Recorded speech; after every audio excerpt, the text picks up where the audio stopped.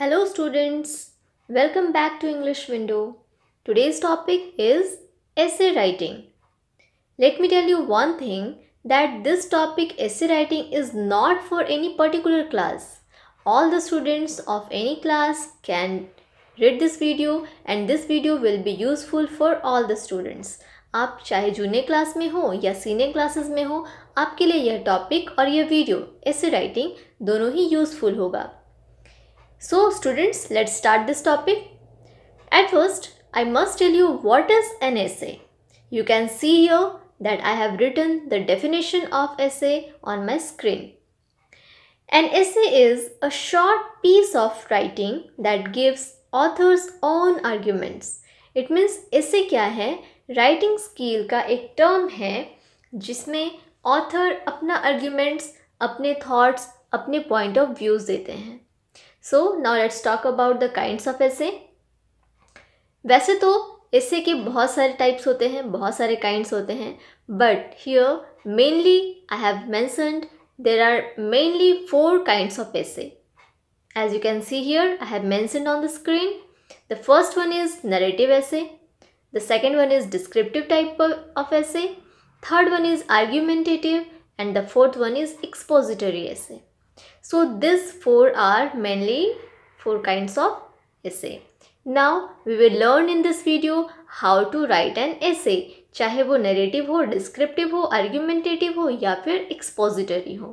So students, generally जब हम essay लिखते हैं तो हमारे लिए यह क्या होता है, थोड़ा डिफ़िकल्ट होता है. स्टूडेंट्स के लिए थोड़ा डिफ़िकल्ट होता है. क्यों? क्योंकि essay का जो टॉपिक है वो कुछ भी हो सकता है. एनी टॉपिक, यह कोई सोशल टॉपिक भी हो सकता है, पॉलिटिकल टॉपिक हो सकता है या फिर कोई भी एनी टॉपिक, रिलीजियस टॉपिक या फिर जनरल इश्यूज़, कोई भी टॉपिक हो सकता है. तो हमारे पास जब तक राइटिंग स्किल ना हो तब तक हम एक गुड essay नहीं लिख सकते हैं. So in this video I will tell you further how to write an essay and what is the need to write a good essay. So the students, here the first type of essay is narrative essay.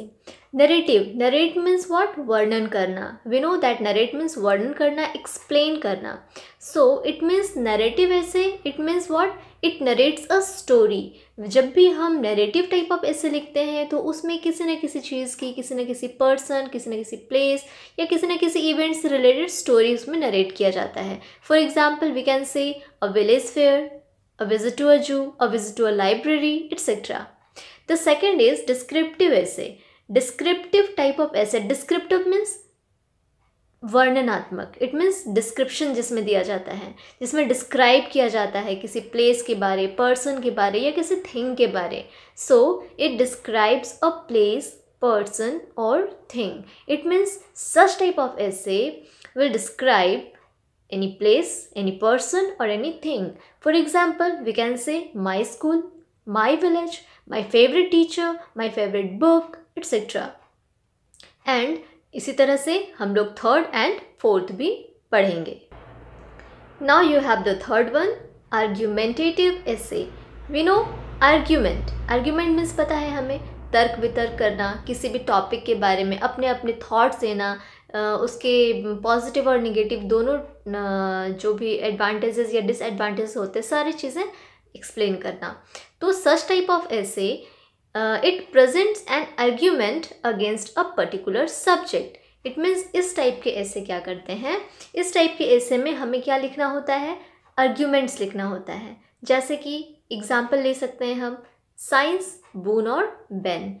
यानी कि जब suppose ये topic है हमारे पास, science, बून और Ben, यानी कि विज्ञान, वरदान या अभिशाप.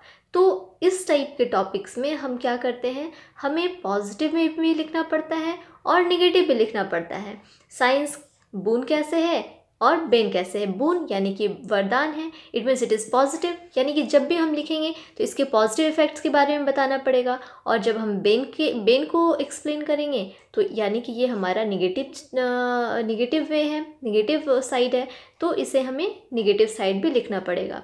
तो आर्ग्यूमेंटेटिव ऐसे में हम क्या करते हैं, एडवांटेज डिसएडवांटेज यानी कि पॉजिटिव और निगेटिव दोनों ही चीज़ें हमें इसमें मेंशन करनी पड़ती है, लिखनी पड़ती है। Now the next one is expository essay. The next one is expository essay. Expository, it means it exposes the issues or the things जो भी हमारे सोसाइटी में, जो भी हमारे आसपास कंट्रीज़ में जो भी हो रहे होते हैं इशूज़ या टॉपिक्स, उसे एक्सपोज किया जाता है, उसके बारे में एक्सप्लेन किया जाता है, बताया जाता है. For example we can say dollar system, child labour and such so many other topics. So I have told you the 4 types of essays: narrative, descriptive, argumentative and expository. Now we will learn how to write an essay. Before telling the things how to write an essay, I must tell you one thing. Students, मैं आप लोगों को बता दूं कि जब भी आप ऐसे लिखते हो, किसी भी एक टॉपिक पर ऐसे लिखते हो, पैराग्राफ लिखते हो, तो आपको बहुत सारी बातें ध्यान देनी चाहिए. तो वो कुछ बातें जिनकी कमी के कारण आपका जो ऐसे होता है वो परफेक्ट नहीं हो पाता है and you can not get good marks. तो वो कुछ चीज़ें हैं जिसमें से कि जैसे कि आप लोगों को पता है ऐसे राइटिंग एक राइटिंग स्किल का टर्म है. तो राइटिंग स्किल का मतलब ही क्या होता है कि आपके पास राइटिंग से रिलेटेड स्किल्स होने चाहिए. तो कुछ स्किल्स क्या क्या हो सकते हैं, इसमें से कुछ हो सकते हैं like the first one is word stock. Word power होना चाहिए आपके पास. और क्या होना चाहिए, आपको टेंस का नॉलेज होना चाहिए. जिस टॉपिक के बारे में आप ऐसे लिखने वाले हो उस टॉपिक से रिलेटेड आपके पास इंफॉर्मेशन होना चाहिए, इंफॉर्मेशन ऑफ द टॉपिक.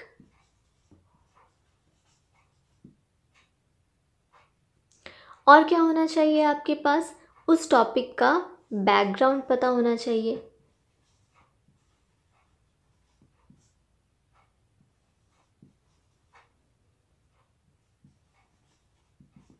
ये कुछ चीज़ें हैं जो कि आपके नॉलेज में होना बहुत ही नेसेसरी है.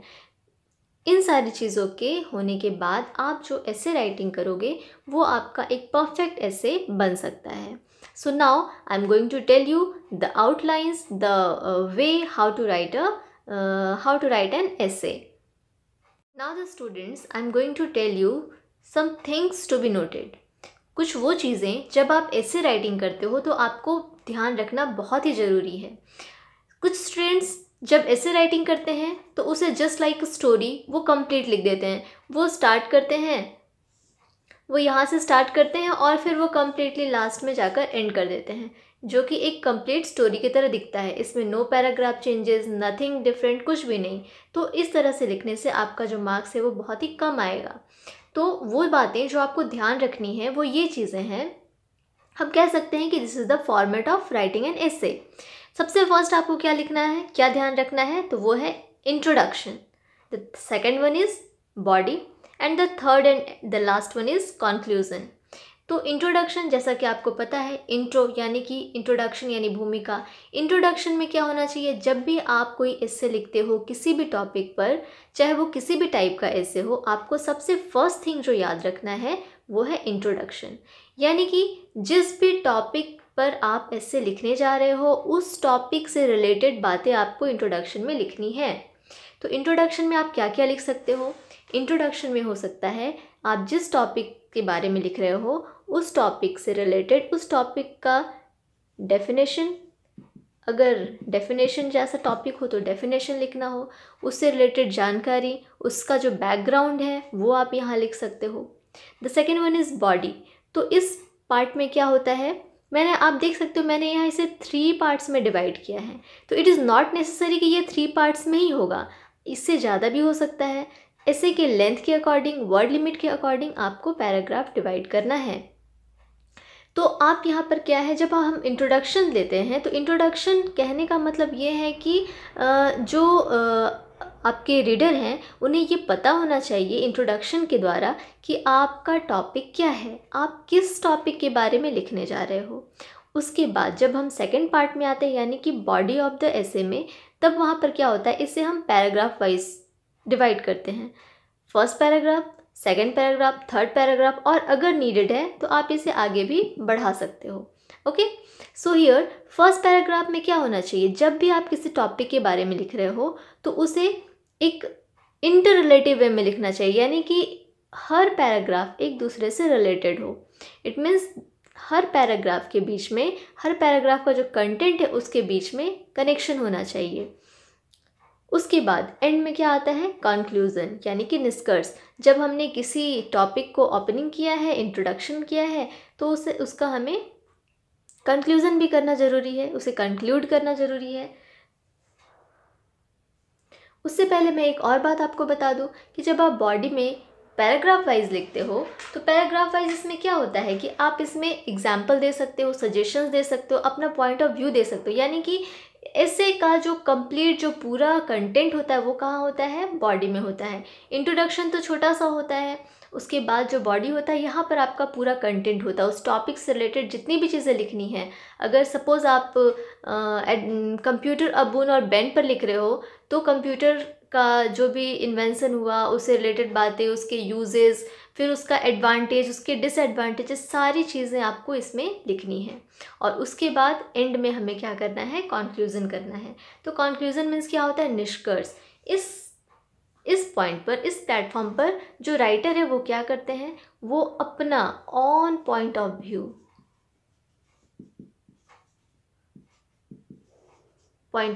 दे सकते हैं, या फिर वो चाहें तो सजेशन भी दे सकते हैं। ओके, अपना व्यू रख सकते हैं कि इस टॉपिक से रिलेटेड आप क्या सोचते हो, क्या होना चाहिए, आपके अकॉर्डिंग क्या होना चाहिए, क्या नहीं होना चाहिए। उसे इम्प्रूव करने के लिए या उसे ठीक करने के लिए आप सजेशन भी दे सकते हो अपने according. Okay, so now I must tell you कि how to write a conclusion. हमें कंक्लूज़न कैसे लिखना चाहिए। बहुत सारे स्टूडेंट्स क्या करते हैं, वो लिखते हैं इस तरह से, अकॉर्डिंग टू। तो it should not be written, ऐसे नहीं लिखना चाहिए। कंक्लूज़न लिखने के लिए मैं आपको बता दूं कि इसमें आप इस तरह से स्टार्ट कर सकते हो,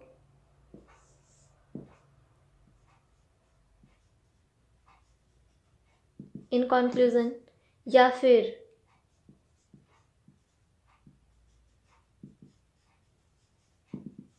इन अ नटशेल, आप इस तरह से भी लिख सकते हो। यानी कि कंक्लूज़न में अपना पॉइंट ऑफ व्यू जब दो, आप सजेशन दो, एडवाइस दो, आपका जो उस टॉपिक से रिलेटेड जो भी आपका ओपिनियन हो, जब वो आप लिखो, तो उसके बाद आप एंडिंग में क्या, इन कंक्लूज़न से स्टार्ट कर सकते हो, या फिर इन अ नटशेल से भी स्टार्ट कर सकते हो। ओके, तो इस तरह से जब आप कोई भी ऐसे किसी भी टॉपिक पर ऐसे लिखोगे तो आपका जो ऐसे होगा वो एक प्रॉपर फॉर्मेट वे में होगा, और जिससे कि आप अच्छे मार्क्स, गुड मार्क्स गेन कर सकते हो। सो स्टूडेंट्स, नाउ आई थिंक आपको ऐसे राइटिंग कैसे करना है यह समझ आ गया होगा। तो आप जब भी ऐसे राइटिंग करो, मैंने जितनी भी बातें इस वीडियो में बताई हैं उसे ध्यान रखना है। और हाँ, आपको अपना वर्ड पावर बढ़ाना है, क्योंकि आपके पास अगर वर्ड स्टॉक नहीं होगा तो आप किसी भी ऐसे को अच्छे से नहीं लिख सकते हो। और the next thing is grammar.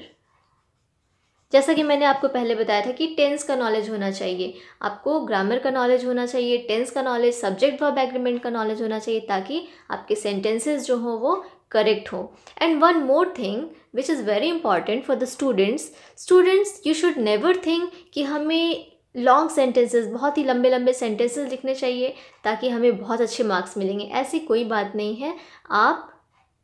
आपको ट्राई करना चाहिए कि अगर आपका ग्रामेटिकल पावर ज़्यादा स्ट्रॉन्ग नहीं है तो आप छोटे छोटे स्मॉलर सेंटेंसेस बनाओ, जिससे कि आपका सेंटेंस भी रॉन्ग ना हो, और आप जो कहना चाहते हो, आप जो लिखना चाहते हो, वो भी आपको लिखा जा सके।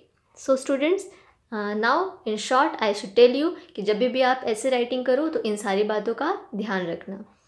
Okay then, have a nice day. For the next video, be with me.